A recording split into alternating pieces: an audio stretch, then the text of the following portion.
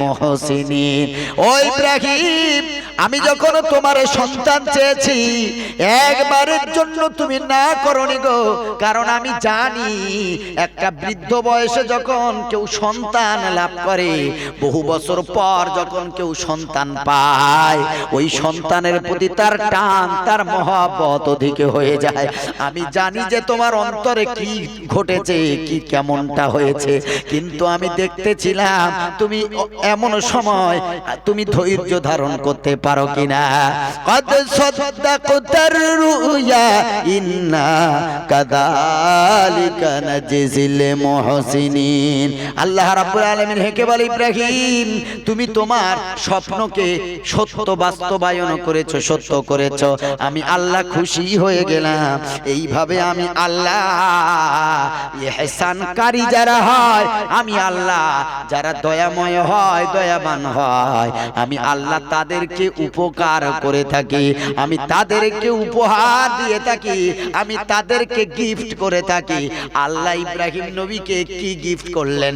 86 বছর বয়সে প্রথম সন্তান ইসমাইলকে পেলেন, আর তারপরে ইমানি পরীক্ষায় জয়লাভ করার পরে 96 বছরে আর একটা সন্তান আল্লাহ দিলেন, তার নাম হলো ইসহাক আলাইহিস সালাম। জোরে বলেন সুবহানাল্লাহ, নারে তাকবীর। দেখেন, নিজ সন্তানকে আল্লাহর রাস্তায় কুরবানি দিতে ভয় পাইনি, আর আজকে আমরা টাকা কুরবানি দিতে ভয় পাচ্ছি যে দিচ্ছি কমে যাবে, এমন কমবে, শূন্য হয়ে গিয়েও সে রোগ সারবে না। আমার নামে নাম মনিরুল ইসলাম, 200 টাকা। আল্লাহ তুমি কবুল করো, জানে মালে বরকত দাও, হায়াত দারাজ করো, সকলে বলেন আমিন। আলহামদুলিল্লাহ। কি নাম? আব্দুল জলিল শেখ। মাশাআল্লাহ, আল্লাহর নামে নাম। 3000 টাকা, এক বস্তা ধান। নারে তাকবীর, নারে তাকবীর। জলিল, আব্দুল জলিল শেখ 3000 টাকা এবং এক বস্তা ধান। বলুন মারহাবা।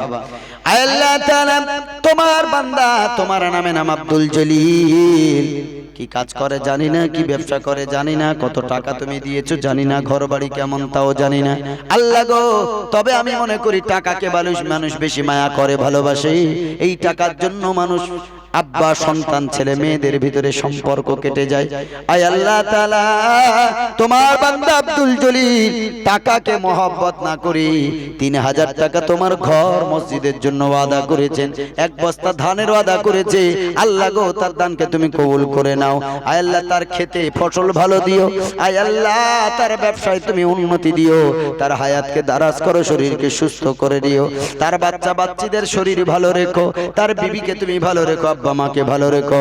আত্মীয় স্বজন যারা কবরে শুয়ে আছে গো, অন্ধকার কবরটা জান্নাতের নূর দিয়ে ভরে দাও, সকলে বলেন আল্লাহুম্মা আমিন।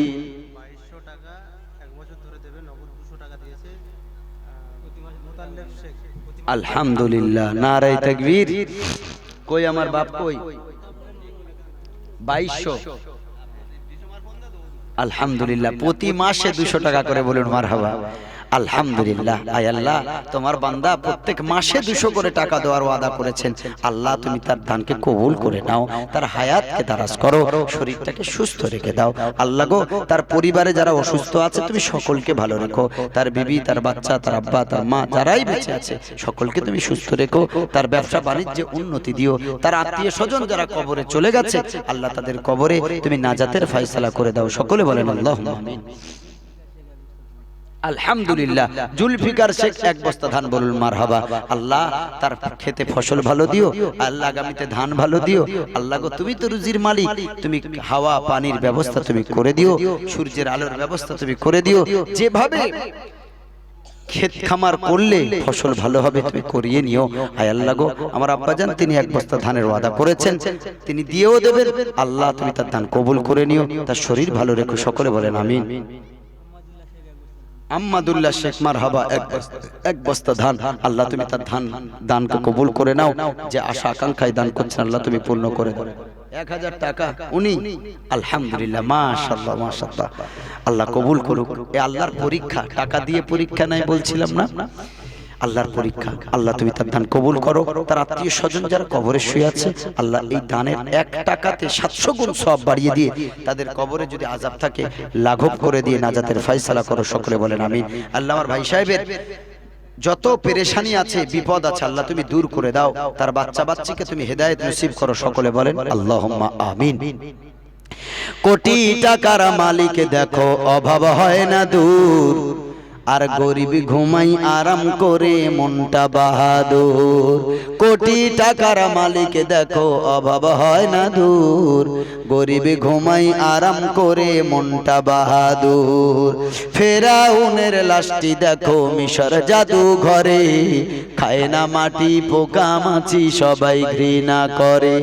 হৃদয়ে থাকিবে যার নম্রতা সদা, রহমত আসিবে সেথা আল্লাহর ওয়াদা।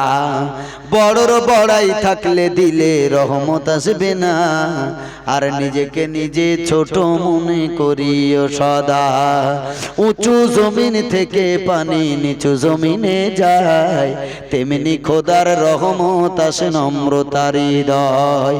ভোগবিলাসের বাড়ি গাড়ি পড়ে রবে সব, ভোগবিলাসের বাড়ি গাড়ি পড়ে রবে সব। থাকতে সময় স্মরণ করো আল্লাহ আমার রব, থাকতে সময় স্মরণ করো আল্লাহ আমার রব। মরণ থেকে যতই পালাও মরণ তোমায় নেবে ঘিরি, যদিও সুদূর আকাশ পানে লুকাও সে তা লাগিয়ে সিঁড়ি। মরণ থেকে যতই পালাও মরণ তোমায় নেবে ঘিরি, যদিও সুদূর আকাশ পানে লুকাও সে তা লাগিয়ে সিঁড়ি। নদী পথে নৌকা চালাও, নদী পথে নৌকা চালাও ও মাঝি ভাই, বেলা ডোবার আগে আমি ও পার উঠতে চাই। ডুবে গেলে ভেলারে আর ওঠে না, ডুবে গেলে ভেলারে আর ওঠে না, ভেঙে গেলে মেলারে আর জমে না। আসেন ভাই, অন্ধকার কবরের চিন্তা নিয়ে, আব্বা মার চিন্তা নিয়ে, ভাই বোন আত্মীয় স্বজন দাদা দাদির চিন্তা নিয়ে মন খুলে উন্মুক্ত হৃদয় নিয়ে আমরা আল্লাহর ঘর মসজিদের জন্য এগিয়ে আসি। ধান চাল সিমেন্ট যা পাই, টাকা পয়সা যেমন আল্লাহ দিয়েছেন, আল্লাহর দিকে আমরা এগিয়ে আসি। আল্লাহ ইনশাআল্লাহ সওয়াব দেবেন। কি নাম্বার? ইকবাল হোসেন গাজী, আমার আব্বাজান 2000 টাকা বলুন মারহাবা। আয় আল্লাহ তাআলা আমার আব্বাজানের দানকে তুমি কবুল করে নাও, জানে মালে বরকত দান করো, হায়াত দারাজ করো, সকলে বলেন আমিন। 5 ওয়াক্ত নামাজি পরেজগার দিনদার মুত্তাকি বানাও।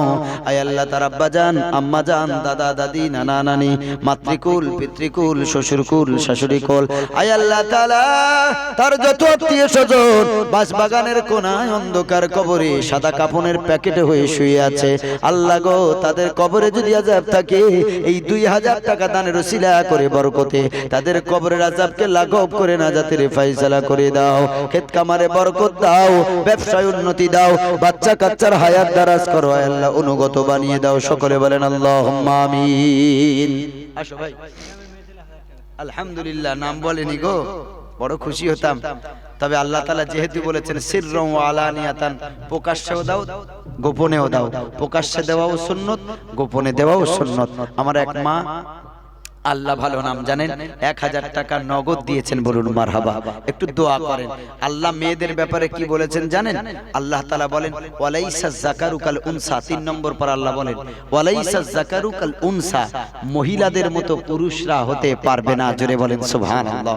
আল্লাহর নবী বলেন, একজন সাহাবী এসে বলছেন ইয়া রাসূলুল্লাহ আমি খেদমত করব কার? নবী বলেন তোমার মায়ের। আবার বললেন আমি সেবা করব কার? নবী বলেন তোমার মায়ের। আবার বলেন আমি সেবা করব কার? রাসূল আবার বলেন তোমার মায়ের। আবার বলেন আমি সেবা করব কার? এখন 4 নম্বরে রাসূল বলছেন তোমার বাপের। তার মানে হলো আমার মা নারী জাতিদের আল্লাহ তাআলা 3 গুণ মর্যাদা দিয়েছেন। জোরে বলেন সুবহানাল্লাহ। তারপরেও নারীদের ব্যাপারে রাসূল কি বলেছেন? রাসূল বলেছেন আল জান্নাতু তাহতা কদামাইহা, প্রত্যেকটা সন্তানের জন্য তার মায়ের 2 পায়ের নিচে আল্লাহ জান্নাত রেখেছেন। জোরে বলেন না সুবহানাল্লাহ। আয় আল্লাহ আমার মা বেনামিতে 1000 টাকা নগদ দিয়েছেন, আল্লাহ তুমি তার দান কবুল করে নাও।